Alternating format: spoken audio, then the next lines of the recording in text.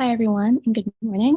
My name is Osaiyekemwen Ogbemudia, and I am a summer trainee in the Icahn Lab and the Mount Sinai Center for Bioinformatics. Today, I'm going to discuss with you how I developed within the past 10 weeks a Discord server for the Links program called Links Exploratory.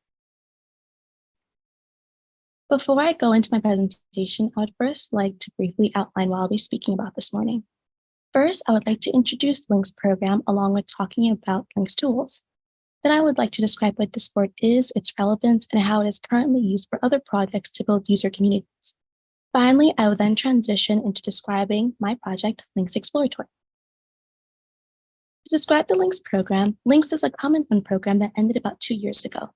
The goal of Links was to collect data from human cells treated with many different types of perturbations, including small molecules, gene knockouts, overexpression, and different extracellular environments.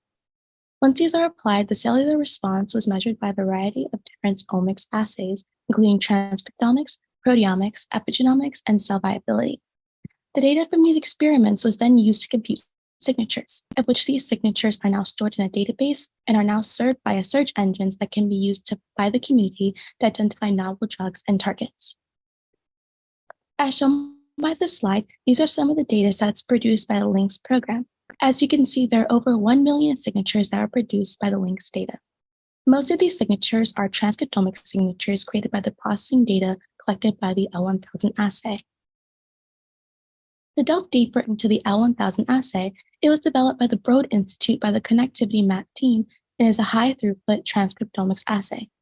The assay is measuring the level of the expression of 978 mRNAs, and the expression of the rest of the genes is inferred by a computational model. The diagram illustrates how users can come to the Links database with their own gene expression signature created from cells treated with, let's say, a new drug, a mouse model of a disease, or profile tissue from a patient. Once querying their signature against the Links database, they can receive a ranked list of mimickers and reversers that match their input signature. Recently, the Links DCC developed a new search engine for the Links data called SigComLinks. When one comes to the SigComLinks with your up and down genes, you can obtain a ranked list of mimickers and reversers. As such, SigComLinks is one of many tools developed by the Links Consortium, of which some of these tools have been widely used by the community, and currently there is a large community of users, over 3,000 per day. However, these users do not currently have a place to interact and share their experiences with these tools, along with sharing the results that they produce. This is where Links Exploratory and overall a Discord server may be useful. To delve deeply into Discord, Discord is a relatively new social media platform that is commonly used to build communities around software. The two examples I would like to discuss today are Midjourney and Fragile Nucleosome, housed within the TIFS labs within the University of Essex. The TIFS lab, Fragile Nucleosome, is a Discord server that supports many user engagement activities such as journal clubs, virtual conferences, and community meetings. Midjourney is also very relevant because it is very similar to Links Exploratory. To delve deeply, it is a text-to-image AI bot in which users can submit a text prompt and the bot returns an image created based on the prompt and generative AI. It also offers a lot of collaborative interactions between users to help build user engagement and to flourish the community. Midjourney has also seen huge success with over 1 million users accessing the service at any given moment. Now I'll discuss with you the work that I did this summer called Links Exploratory. As shown by the slide, this is a screenshot which demonstrates what happens when one clicks the join link, in which the Links Exploratory is currently in the alpha testing phase. Within Links Exploratory, four commands were made in which the users can invoke to perform various analyses with the Links data. First was a signature search given up and down genes. Second was enrichment analysis giving one set of genes. The third is a metadata search given a drug name, and the fourth is a signature search for perturbations that either maximally up or down regulate the expression of a gene. The first example is the first command given up and down genes. Here, as shown by the screenshot, the bot returned matching signatures from the CRISPR knockout collection of signatures, of which the orange bars are the top mimickers and the blue bars are the top reversers. The strings on each bar represent the experimental batch, cell line, time point, plate, and the gene that was knocked out. The second example I'd like to show is how to execute the single gene search query.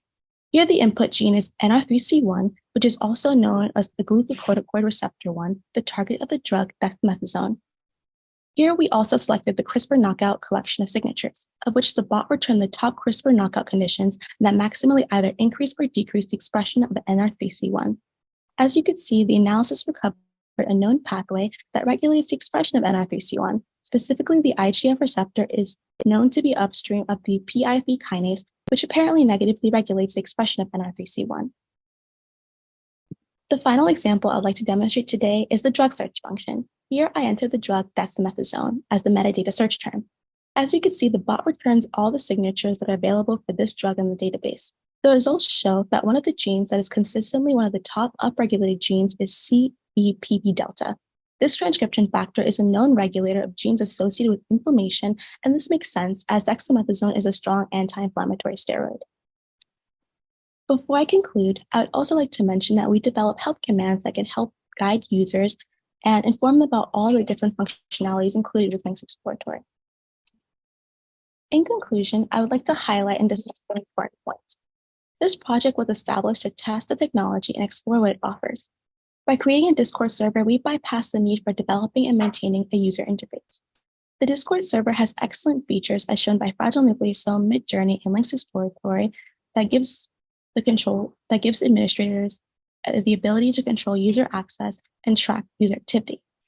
In the future, we would not only plan to add support for more Links tools and Icahn Lab tools, but also to provide functionalities that are not available or easy to provide with other existing tools.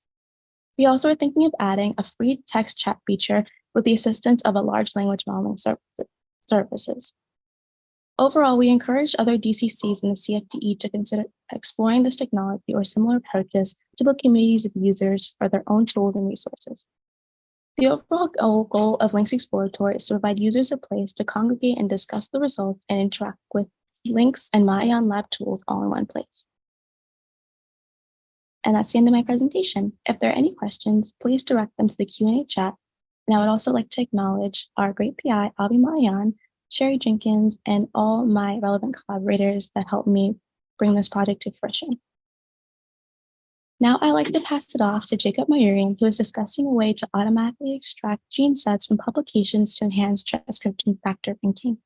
Thank you.